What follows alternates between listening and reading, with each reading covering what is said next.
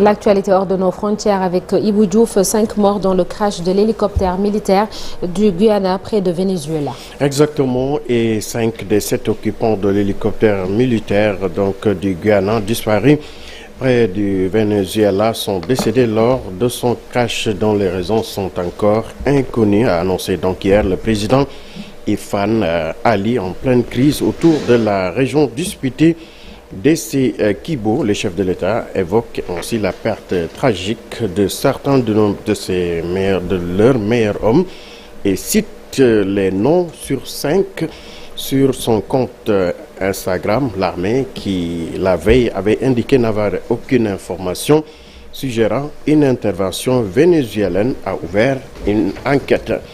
En Sierra Leone, les 18 membres des forces de sécurité tués pendant que le gouvernement, ce que le gouvernement a qualifié de tentative de coup d'État du 26 novembre dernier, lors d'une cérémonie en présence du président Julius Maada Bio. 16 militaires, un policier et un garde pénitentiaire ont été donc inhumés dans un cimetière militaire de Freetown.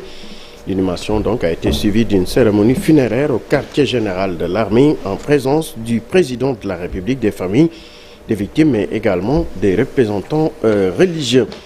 Aux Seychelles, les autorités de l'archipel ont déclaré hier l'état d'urgence et invitent les habitants à rester chez eux après une explosion dans un entrepôt d'explosifs et des inondations. Annonce donc que les autorités, à travers un communiqué, toutes les écoles sont fermées. Seuls les travailleurs employés dans les secteurs essentiels sont autorisés à vaquer à leurs occupations. L'explosion a donc eu lieu dans la zone industrielle Providence de Mahé et a causé d'énormes dégâts. Aux États-Unis, le fils du président américain Joe Biden, Hunter Biden, a été inculpé hier une deuxième fois au niveau fédéral.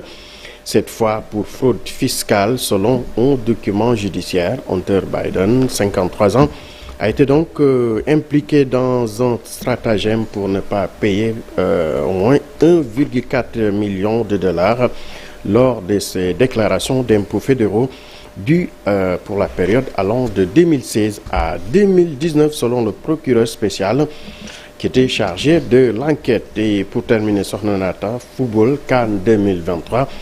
La Côte d'Ivoire sera sous peu la capitale du football africain. Les pays abritant du 13 janvier au 11 février prochain la Coupe du Monde, la Coupe d'Afrique des Nations, compétition majeure du ballon rond à l'échelle continentale. Et à quelques semaines du top de départ, l'événement, le pays se dit prêt à rassurer une bonne organisation. C'est de l'avis de Yacine Idriss Diallo, qui est le président de la Fédération ivoirienne de football.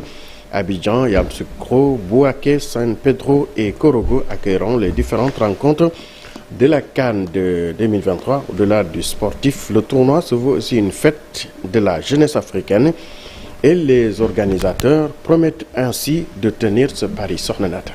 13 janvier au 11 février. Merci beaucoup Ibou Diouf. Rendez-vous tout à l'heure pour la version Wolof de l'actualité internationale. Dans la seconde partie de l'émission, à partir de 8h, nous serons avec Souleymane Niang, comme tous les vendredis, pour la chronique économie.